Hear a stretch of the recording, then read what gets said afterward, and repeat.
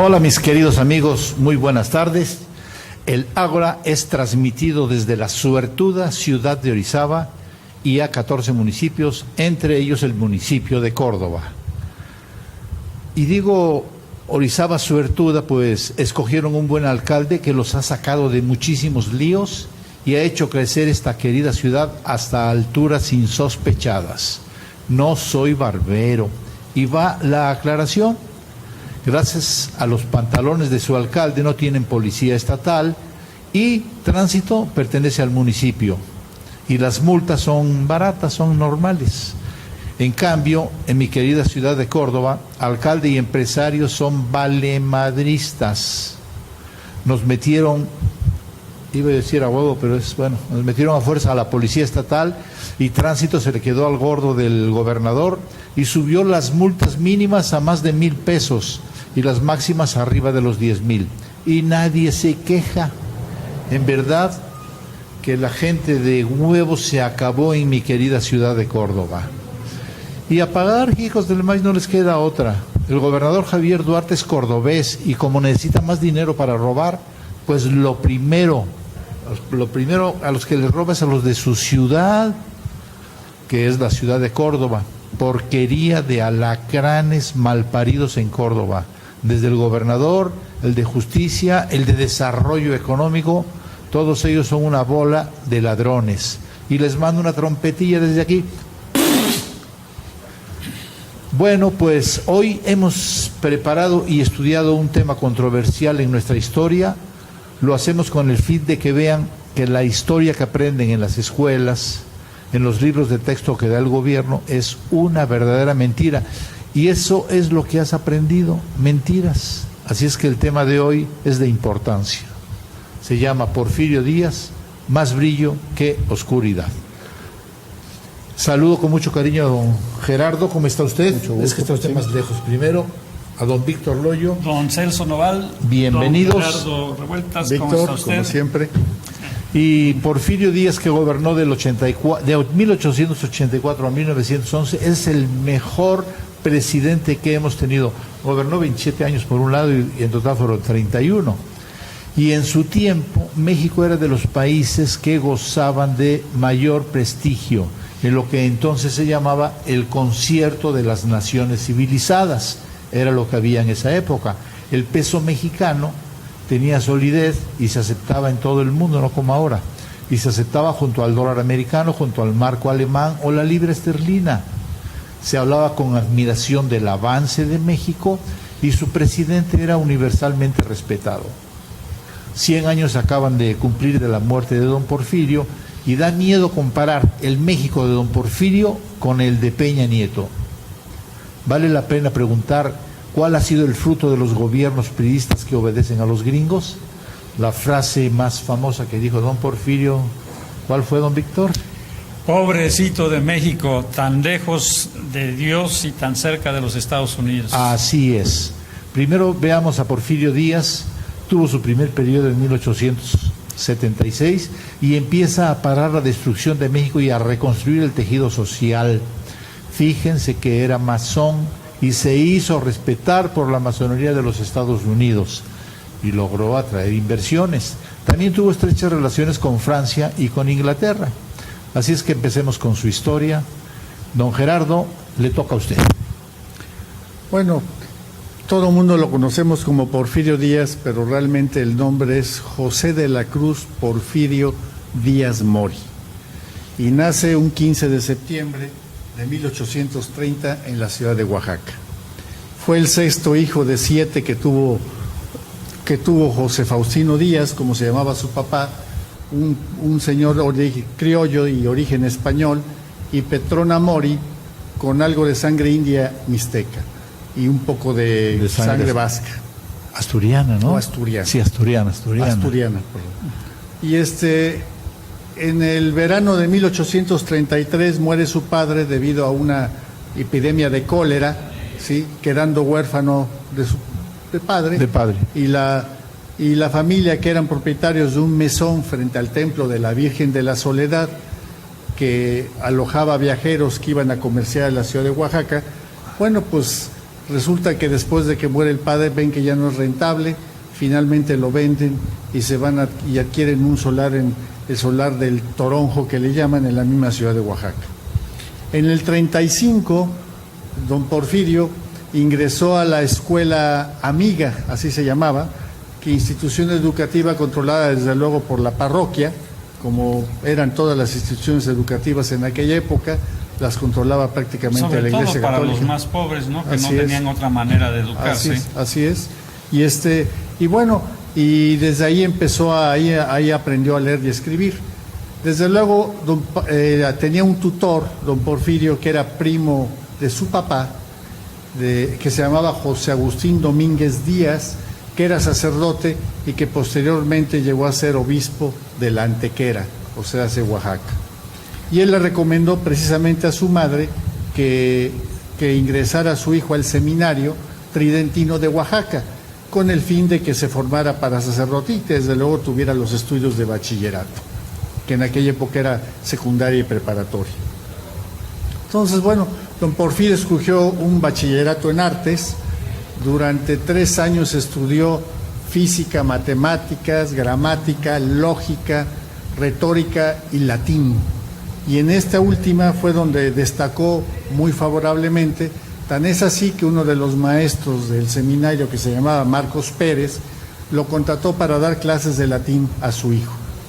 Y poco a poco don Porfirio, el joven Porfirio, se hizo amigo de don Marcos, que era, por cierto, masón, y un maestro también del Instituto de Ciencias y Artes de Oaxaca, famoso por ser un semillero, según la Iglesia Católica, de herejes. En aquellos días el director del instituto era nada menos que, ¿quién crees? Pues Benito Juárez García, que todavía, y Porfirio, que todavía era seminarista, pues pronto empezó a conocer las obras de los clásicos, las ideas liberales, y también comenzó a asistir a las reuniones que hacían intelectuales y masones. Ahí inició realmente su relación con Juárez, en ese ambiente, y no pasó demasiado tiempo para que decidiera dejar la carrera eclesiástica y tomara la carrera de leyes, que es algo poco conocido, que es en México, mucha gente lo sabe, de que él estudió leyes. El cambio, desde luego, significó alejarse de la iglesia y por consiguiente romper la relación con su tutor, que era el sacerdote y además era su padrino. Obispo de la diócesis. Que entonces ya era el obispo de Oaxaca. Así es. En ese ambiente, claro, con la clara influencia juarista, Porfirio se definía ya como liberal. Él ya se consideraba un liberal más. Y acudía también a reuniones a casa del gobernador en aquella época, que se llamaba Antonio de León, cuando se realizaban reuniones de la logia masónica, en las que desde luego estaba su maestro, estaba Marcos Pérez y desde luego Benito Juárez.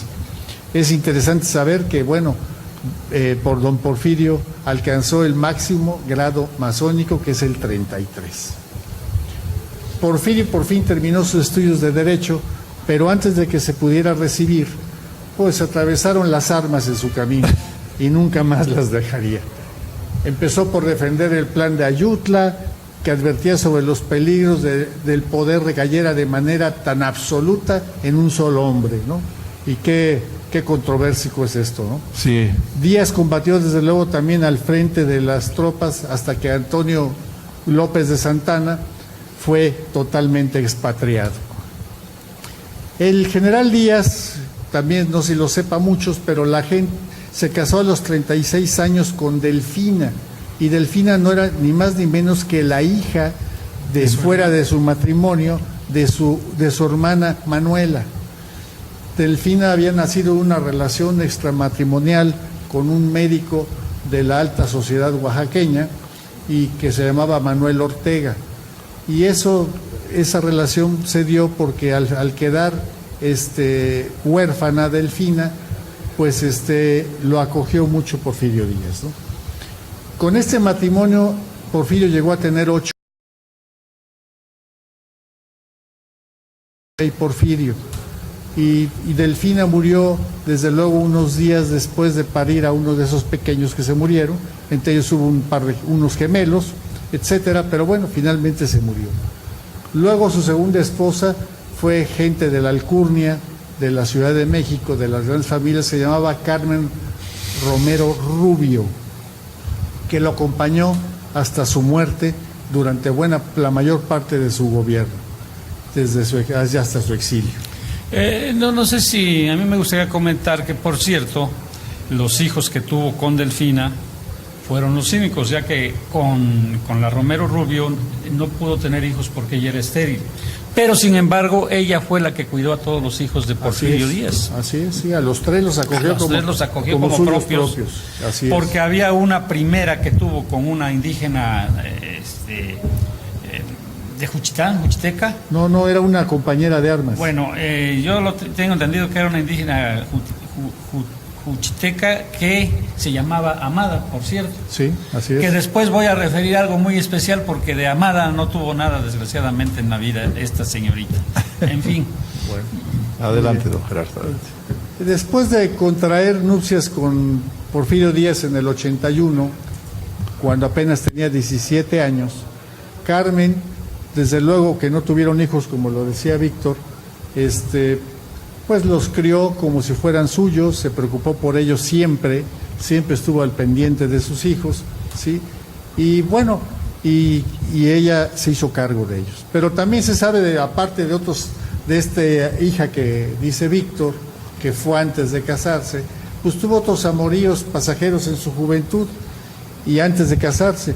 Uno de ellos, que es famoso en la zona de Tehuantepec, se trata de Juana Catalina Romero, una tehuana zapoteca que todo el mundo la conoce como Juana Cata, y que era una mujer muy bella y que tuvo una relación con don Porfirio, que lo conoció cuando a don Porfirio lo mandaron allá a hacer una guarnición en Ixtlán, si mal no recuerdo, militar, etcétera, en la época de las luchas. Cuando estuvo con las cuando fuerzas. estaba joven y con las fuerzas liberales, y bueno, ahí la conoció en el Istmo de Tehuantepec. Y desde luego, bueno, ese vínculo se continuó hasta el fin de los días de don Porfirio. Dicen que todavía, bueno, no dicen, existe todavía un chalet de estilo francés que don Porfirio le mandó construir en Tehuantepec, y desde luego el ferrocarril, que fue un gran promotor de los ferrocarriles, llegó a una estación muy cercana a ese chalet, había una parada desde luego del ferrocarril. O sea que era influyente. Era influyente. Tenía su propia estación en la casa. No, y es muy pintor. Bueno, sin embargo, fíjate que para hablar de Porfirio Díaz, pues es imprescindible hablar de su familia. Desgraciadamente, yo les decía hace ratito de esta hija, la Amada Díaz, que se casó con un señor pues bastante interesante.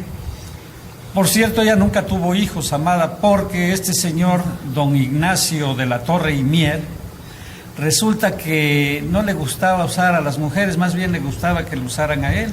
Achías.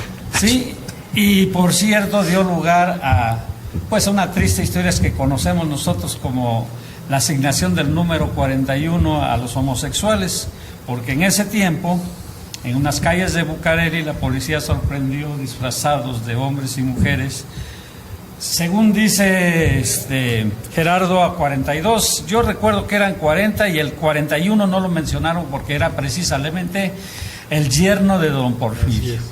Pero mira, fíjate que vas a ver cómo es la historia a veces, y como dice Pachín, lo que nos cuentan de la historia mexicana no siempre coincide con la realidad, porque resulta que don Nachito de la Torre y Mier tenía un excelente jinete que lo montaba, y a que ni saben quién era este jinete. Era un famoso arrendador y domador de caballos que le gustaba montar tanto a los caballos como a los tipos de dudosos gustos.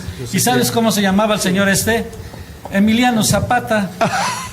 Oye, entonces ya desde ahí la homosexualidad Pues gobierno. para que veas cómo estaba. Yo sabía que era el caballerango de la familia, ¿no? Pero sí, bueno. pero se llamaba Emiliano aparte Zapata. de eso, digo, no Hasta solamente. ahí sabía yo. Bueno, pues resulta que hay noticias de que le gustaba meterle las espuelas fuerte, como un buen caballo brioso, ¿no? En fin. Pues ahí les va un poquito más de la historia que pues mucha gente preferimos decir que no Sí, está bien. No se sabe, ¿no? Tenemos que ir a un corte comercial porque ya nos toca y ahorita continuamos, don Víctor.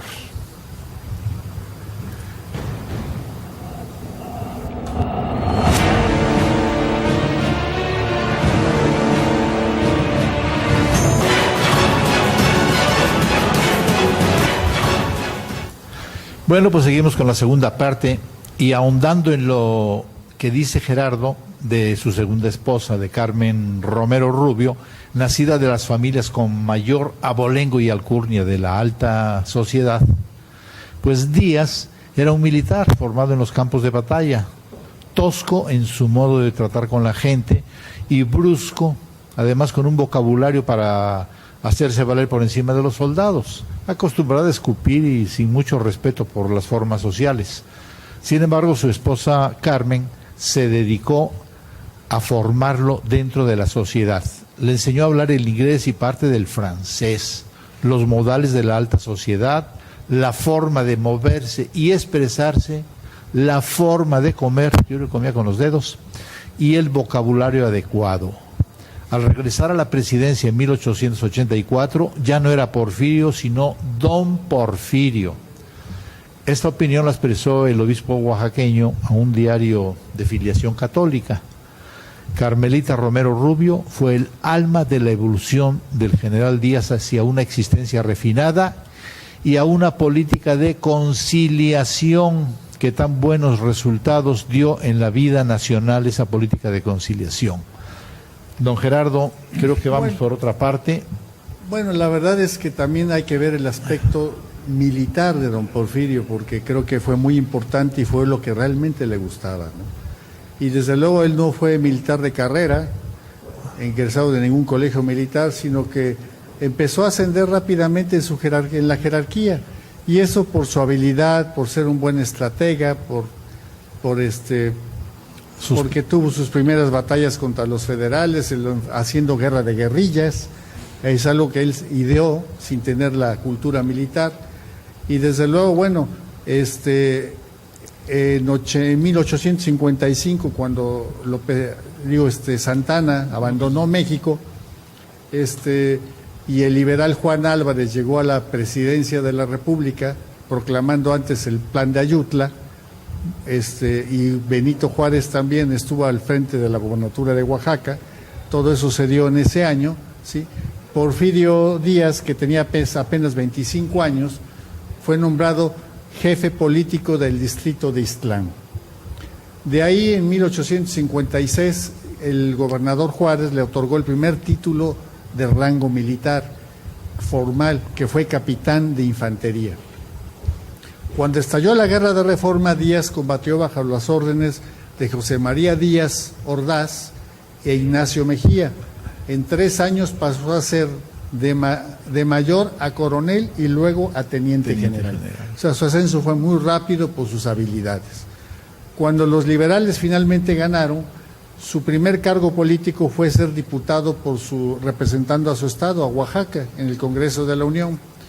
Pero cuando el ejército conservador volvió a atacar, y fue cuando ejecutaron a Melchor Ocampo y a Leandro Valle, pues Porfirio Díaz lo que hizo fue, se alejó de la curul para regresar al campo de batalla ya como general, que eso era lo que le gustaba. Eso era lo que le gustaba, ¿verdad? El 24 de julio del 81, Juárez, siendo presidente ya, y estaba quebrada la hacienda pública, entonces decide suspender pagos al pago de la deuda externa, que eso no es ninguna novedad. Juárez, y Juárez se suspende el pago. Entonces España, Inglaterra y Francia, en una reunión que tuvieron en Londres, si mal no recuerdo, deciden invadir México para hacer valer sus derechos sobre la deuda. A principios de diciembre, las fuerzas francesas, españolas e inglesas llegaron a Veracruz, Córdoba y aquí a Orizaba también, pero gracias a la intervención del famoso ministro de Relaciones Exteriores del gobierno mexicano que tenía Juárez, que era don Manuel Doblado, Inglaterra y España optaron por retirarse porque así lo establecía el punto número 4 de los famosos Tratados de la Soledad. Francia se negó a abandonar el territorio y en marzo del 62, de 1862, avanzó hacia el interior con poco más de 5,000 soldados, que eso era lo que tenían los franceses. A finales del mismo año se fortificaron en Las Flores, un pequeño poblado del estado de Veracruz, que yo me imagino que puede ser Fortín. Puede ser Fortín, sí. Benito Juárez ordenó a Ignacio Zaragoza hacer frente a las fuerzas francesas en Puebla, y el 5 de mayo, la famosa batalla que todos sabemos y conocemos, otros militares y Díaz intervinieron en esa batalla, donde lograron derrotar a los franceses y hacerlos retroceder hasta Orizaba, precisamente. El 8 de septiembre, Zaragoza murió en Puebla, se contagió de una enfermedad y se murió por eso, y a principios de 1863, el emperador Napoleón III envió no 5,000, metió 30,000 soldados a la tierra mexicana, y desde luego pues se fueron sobre ellos y pusieron sitio a la ciudad de Puebla en el 3 de abril de 1863. Después de un mes del sitio y después de muchas guerrillas y muchos enfrentamientos entre ambos bandos, pues Puebla cae en manos de los franceses la noche del 17 de mayo. Díaz, junto con todos los demás militares, fue capturado y detenido en el convento de Santa Inés. De los presos fueron llevados a Veracruz, y se pensaba que los iban a desterrar a la Martinica los franceses, pero 2 días antes de ser embarcados, Díaz y Berriozábal se escapan y se van a la Ciudad de México. Desde luego volvió a destacar en las batallas para recuperar Oaxaca, con el ejército de Oriente, tomó la capital el 27 de diciembre de 1866, y de inmediato Porfirio se erigió en gobernador provisional, destituyó a todas las autoridades francesas y las ejecutó. Hubo por ahí el arzobispo, que en aquella época estaba, lanzó un sermón en contra del gobierno republicano y liberal, y Díaz lo mandó a ahorcar bajo el cargo de rebelión. O sea, no permitió nada. Hijo. Bueno, algo muy, muy definitivo de su manera de actuar, ¿no? Así es. En abril del 67 participa en la toma de Puebla, y es el que la encabeza, y finalmente encabeza también la toma de la Ciudad de México el 15 de junio. Participación que desde luego le fue muy destacada, y una vez más se le reconoció como héroe nacional. Desde entonces, incluso hasta 1910, el 2 de abril, fue día de fiesta nacional. ¿Por qué? Porque se conmemoraba la famosa batalla de la toma de Puebla en 1867. Y desde luego se debió a la brillantísima campaña que hace Porfirio Díaz para liberar Puebla. Y desde luego ese prestigio y esa popularidad que él tenía, pues lo dejó en una situación de que podía optar por la presidencia de la República. Pero desde luego en las elecciones y el Congreso que ratificaba las elecciones en 1867 y 71, pues las perdió, y desde luego el ganador fue Benito Juárez, ¿no? Desde luego él no estuvo de acuerdo, y fue cuando lanza el famoso Plan de la Noria, y en lo cual se pronunciaba, oigan esta parodia, contra el reeleccionismo y el poder personal, y a favor de la Constitución de 1857. Y desde luego la libertad electoral. Yo quiero hacer una nota aquí, porque si se acuerdan, cuando tuvimos un programa de las elecciones, en aquella época nada más podían votar las gentes que tenían propiedades, y tenían que ser varones, las mujeres no votaban.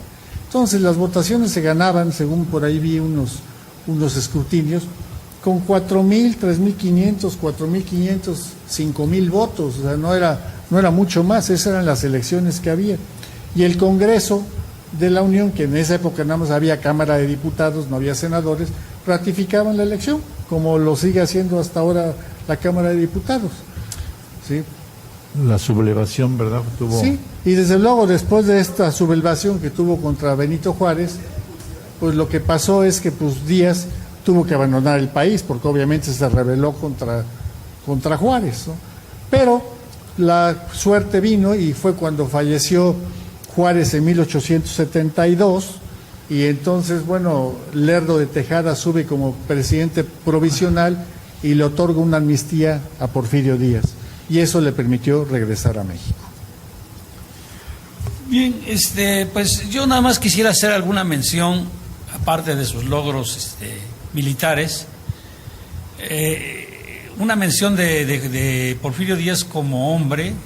Él de joven le gustaba mucho, practicaba la acrobacia, o sea, era un tipo bastante fuerte, era un tipo, debiéramos decir, totalmente varonil, y eso se reflejaba en su carácter dominante, con el cual lo que prendía lo tenía que conseguir, de alguna manera. Sí, no, pues como militar, pasó mecha, mano. Meterse a cada una de las broncas que se metían, bueno, era impresionante que tenía que salir a caballo y con la espada y de inmediato. No, y además incluso, bueno, lo aprendieron otra vez también en Oaxaca, y estuvieron, los franceses estuvieron a punto de ejecutarlo. Hubo una intervención de un personaje de aquella época, no me acuerdo su nombre, y eso lo salvó. Entonces lo llevaron preso, creo que a Puebla, y ahí se volvió a escapar. Pero realmente se salvó de milagro, porque estuvo ya en manos de los franceses cuando tomaron por la primera vez Oaxaca, ¿no? Lo quería Diosito. Nos vamos a un corte comercial y ahorita regresamos con ustedes.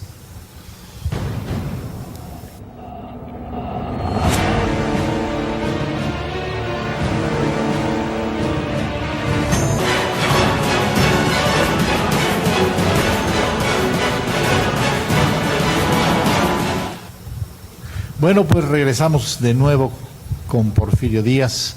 Vamos a hablar del porfiriato. Yo quiero ponerles 6 puntos fuertes del porfiriato. 1, ayudó al campo y exportaban sus producciones.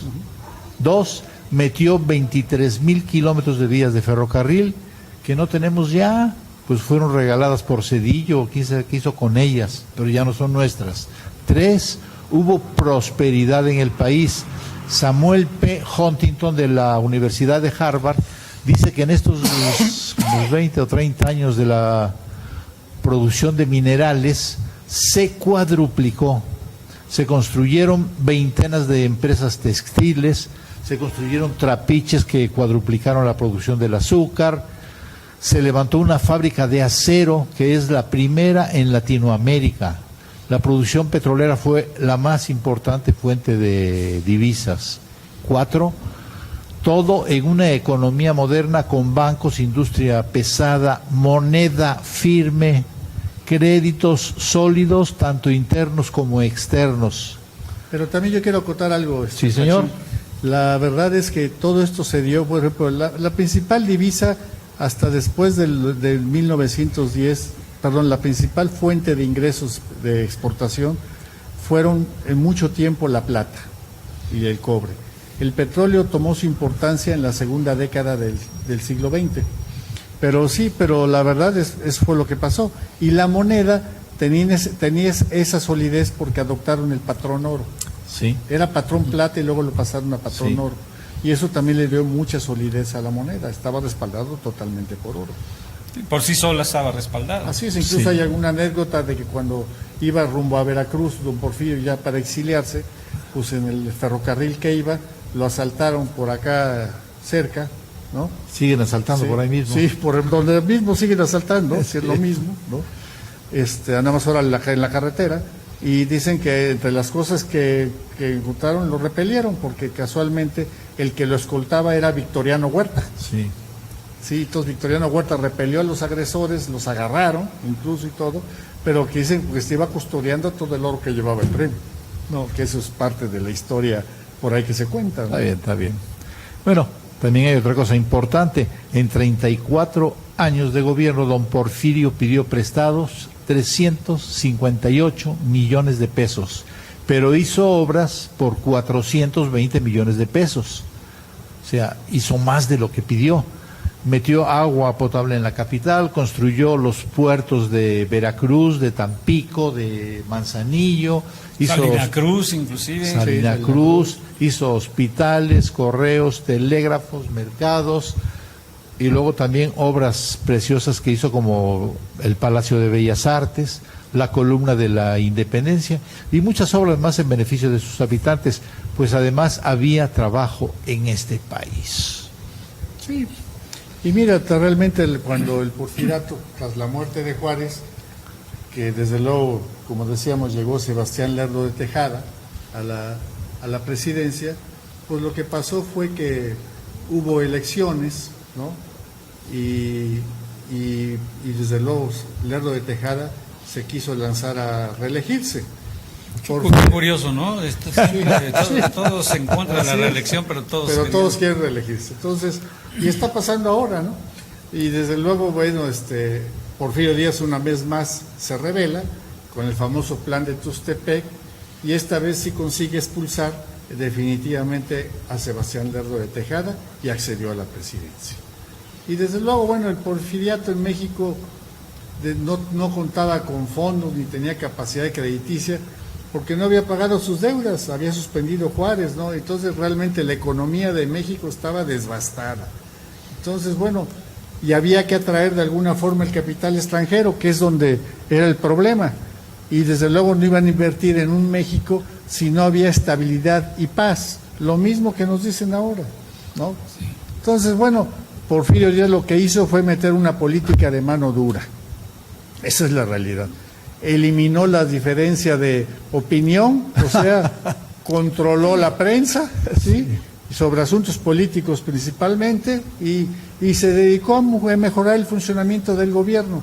Su lema era poca política y mucha administración. Y yo diría una cosa, si él no tiene esa política, si él no usa esa política de mano dura, no hubiera logrado nada. Así es. Y es algo de lo que precisamente en la actualidad quizás estemos necesitando. A lo mejor, pero bueno, pero lo que necesitamos es que la mano dura la ponga quien tenga la calidad moral para imponerla, ¿no? Así es. Sí, me recuerda lo que decía un amansador de caballos, decía que para el mejor caballo las mejores espuelas, siempre y cuando estuvieran en los mejores talones. Claro, así es. Y bueno, y desde luego, como decía Pachín hace un rato, que pues durante el porfiriato hubo muchos logros en cuanto a que fuimos el primer país productor del mundo en plata, el segundo en cobre, ¿sí? En 1896 tuvimos un superávit realmente en el gobierno de México, que fue por primera vez, ¿sí? Mandó a crear la Universidad Nacional, que ahora es la UNAM, impulsó un modelo educativo basado en el pensar, no en el memorizar, que incluso fue implementado en Jalapa por Enrique Répsame, que realmente es el razonar, y parece que volvimos atrás, se nos olvidó. Condenaron estos nuevos gobiernos revolucionarios, condenaron todos los logros de Porfirio Díaz, y eso es estúpido, ¿no? O sea que pero ya no tenemos esa educación. Así es, pero realmente entonces, vaya, sí hay innovaciones y todo, pero no en general, ¿no? Luego México tuvo un crecimiento económico pues como nunca, ¿no? Pero también como la gente no tenía dinero para invertir, eran muy pocos y solamente se podía conseguir con dinero extranjero y unos cuantos dineros de algunos mexicanos, pues esto lo que creó fue que se empezó a polarizar la riqueza. Y lo mismo que estamos viviendo ahora, la desigualdad, del cual ya tuvimos un programa y hablamos de eso, bueno, pues empezó la desigualdad a marcarse mucho, en lo cual los ricos eran muy pocos y los pobres eran muchísimos. Entonces, bueno, eso abrió la profunda brecha en la sociedad mexicana, ¿sí? ¿Por qué? Porque hubo despojo a la tierra de los campesinos, principalmente indígenas, en favor de los grandes latifundistas y extranjeros, ¿no? Yo difiero un tanto, porque realmente el poseer tierras sin dinero para cultivarlas y nada es lo mismo.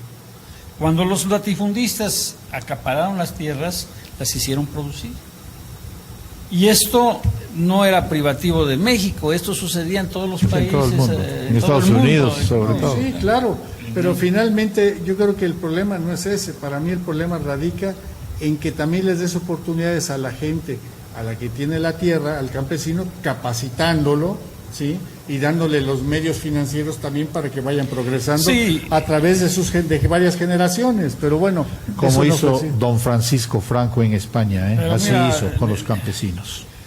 Desde luego, pero hay que recordar que las condiciones en que se vivían entonces no son las mismas. Mira, siempre se habló de que Porfirio Díaz, puta, cómo hacía esclavizar a la gente. Pero sucedía en Estados Unidos, sí, en todos lados. Sucedía en Inglaterra con la famosa revolución industrial. La gente trabajaba, la hacían trabajar hasta 16 horas diarias. Terrible. Entonces, cuando queremos juzgar a Porfirio Díaz, debemos de juzgarlo dentro del contexto mundial. Claro. Sí. Pero finalmente luego vino lo que vino, porque precisamente todas estas grandes brechas y grandes diferencias, lo que hizo fue que la gente se empezara a inquietar y empezara a protestar, como también pasó en el resto del mundo. Aquí no fue la excepción, ¿sí? ¿Por qué? Porque pues el campesino que tenía tierra se volvió peón de las haciendas, ¿no? Pero el problema no era ese, como tú dices, alguien tenía que producir, pero realmente Díaz lo que hizo fue generar una sensación de paz en gran parte del territorio, pero el costo fue muy alto, ¿no? Hubo y reprimió varias rebeliones. Su famosa frase de la rebelión de los verdistas en Veracruz fue: ¿qué hago?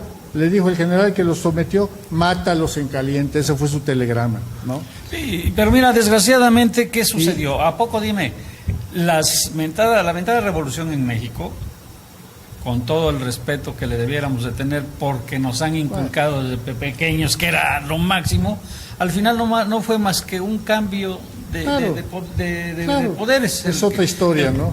El capital pasó a otras manos y se acabó. Y volvió a la situación igual. Lo estamos viendo ahorita. Viendo ahorita. Y bueno, pero aquí en este caso, bueno, hay que destacar que hubo violencia, como la de los mayas en la guerra de las castas en el sureste, la de los yaquis en el norte de la República, y desde luego también esto lo hizo, el caldo se hizo más feo cada vez. ¿Por qué? Porque al concluir el siglo XIX hubo una recesión económica mundial en la que eso era lo que imperaba. Ahora, desde nuestro punto de vista, pues es totalmente injusta. Y sucedió porque finalmente esas son las alternativas que buscó como gobierno. Finalmente no había otro, eso es lo que había en el mundo. Irse por la exportación de productos de campo y por los mineros, etcétera, y por lo del subsuelo. Y desde luego, bueno, hablamos de la cuestión laboral, pues que la huelga de Cananea, que fue en 1906, la huelga de aquí de Río Blanco el 7 de enero de 1907, y desde luego la rebelión también en Acayucan, que hubo en esa zona, en Veracruz, en 1906. Esas fueron las principales huelgas que acaecieron, porque efectivamente estaba una crisis política y económica a nivel mundial. Había un problema, venía un cambio, ¿no? Pero a él le tocó. Y a él le tocó después de cuántos años en el poder, que eso fue lo peor, ¿no? Entonces, obviamente, no falta quien se aproveche de esto, ¿no? Pero de todas maneras, mira, hay que resaltar los logros. Esfuerzos, claro. Sí. Se hicieron grandes esfuerzos por expandir la educación pública. Desde luego tuvo mayor atención en las ciudades que en el campo, lo que permitió también que se educaran más niños, que pudieran tener estudios superiores, y se empezó a formar en el país una nueva clase media que no existía. Recuerda, y profesionales que eran profesionales y empleados públicos, ¿no? Pudiéramos decir que él mismo creó su propio debacle, porque cuando construye la Universidad Nacional, ahí se empezaron a formar los primeros caldos. Nos vamos a un corte comercial, que ya nos pasamos. Ya salieron de cabina a gritar. Vamos a un corte. Pues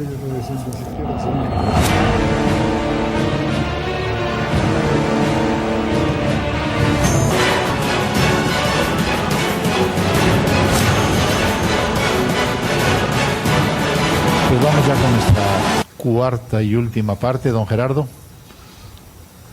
Bueno, yo lo que quiero mencionar es también que el aspecto cultural de la vida en México se dio también en la época de don Porfirio. Se crearon periódicos, revistas, libros escritos y impresos en México, se hicieron los teatros, venían figuras del extranjero al teatro, el cinematógrafo se difundió por todos lados, y desde luego eso dio cabida a que viera gente pensante, gente nueva, ¿no?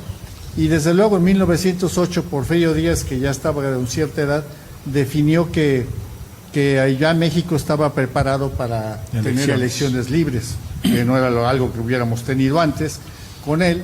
Y entonces, bueno, Francisco I. Madero, que era uno de los líderes que quería ser hijo de hacendados, gente pudiente, de mucho dinero, pues fundó el partido antireeleccionista, del que se postuló para candidato.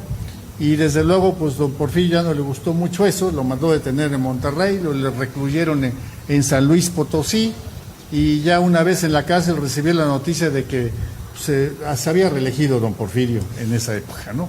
Y desde luego Madero en octubre escapó a Estados Unidos, hace el plan de San Luis, en lo cual se va en contra de la ilegalidad de las elecciones y desconoce a Porfirio como presidente y declara que él mismo se declara presidente provisional.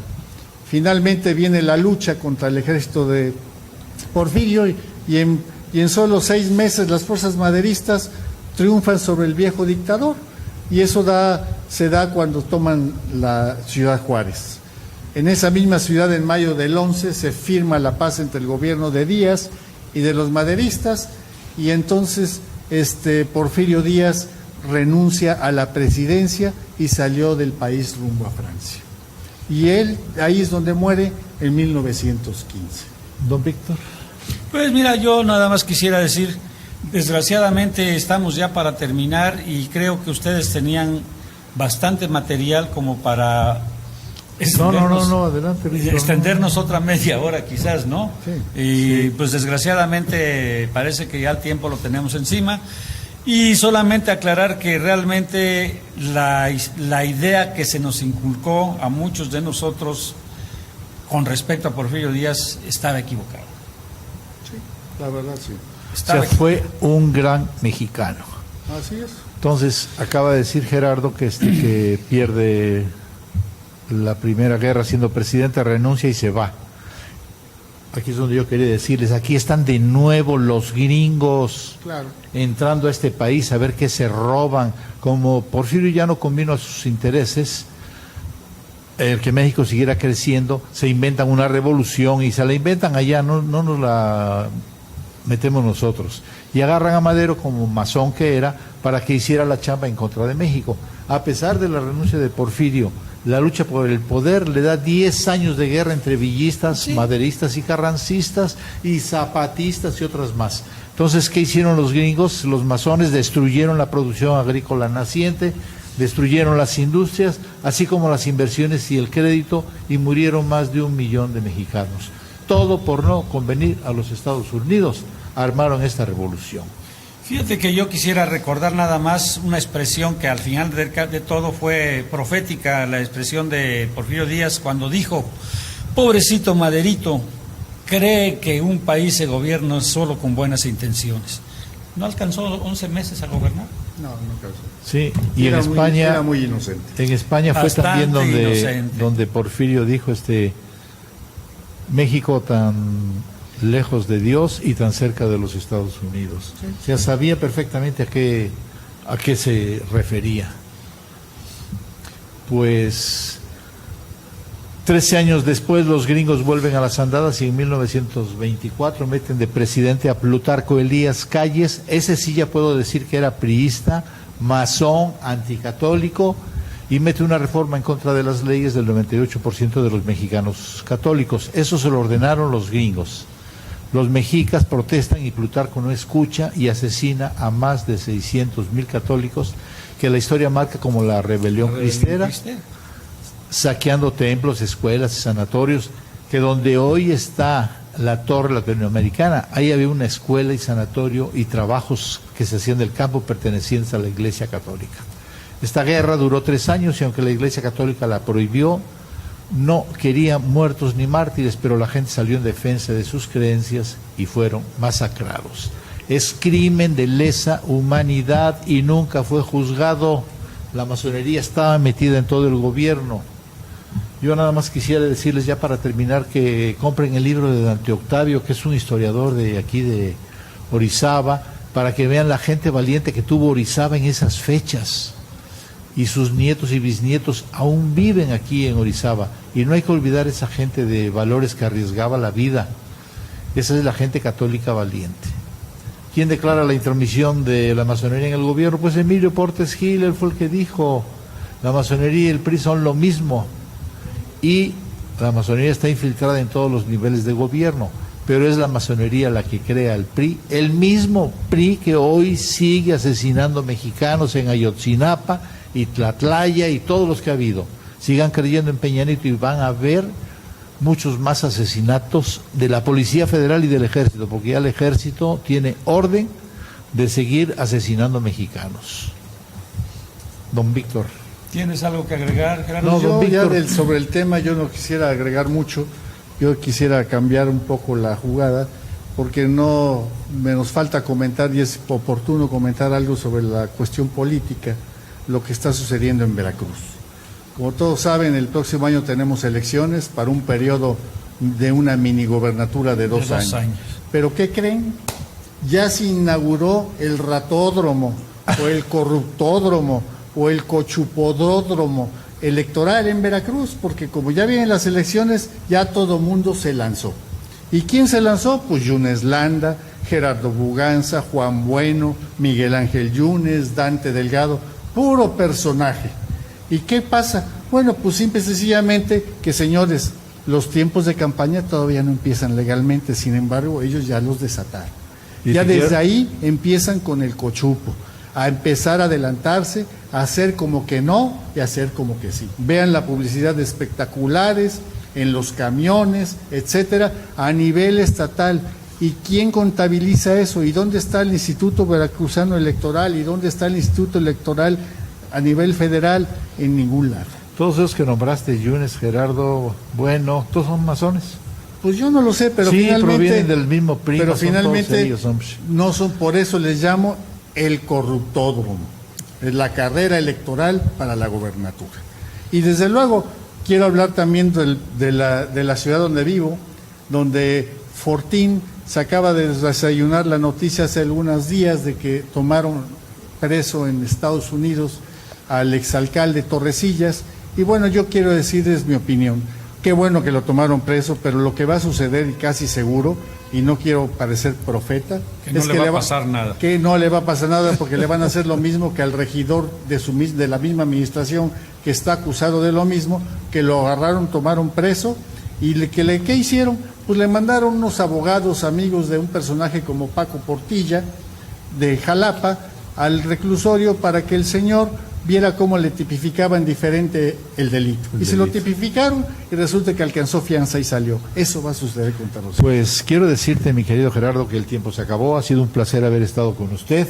Don Víctor. Es un placer como siempre. Y estamos pendientes para... Vamos a ver la próxima semana. Sí, la próxima semana. Ya no decimos de qué va a ser, ¿verdad? Pues ya no, ¿para qué ¿verdad? lo vamos a ver? Vamos a ver qué tema inventamos. Bueno, pues amigos, muchas gracias. Gracias por escucharnos y nos vemos la semana que entra, si Dios quiere. Se fue.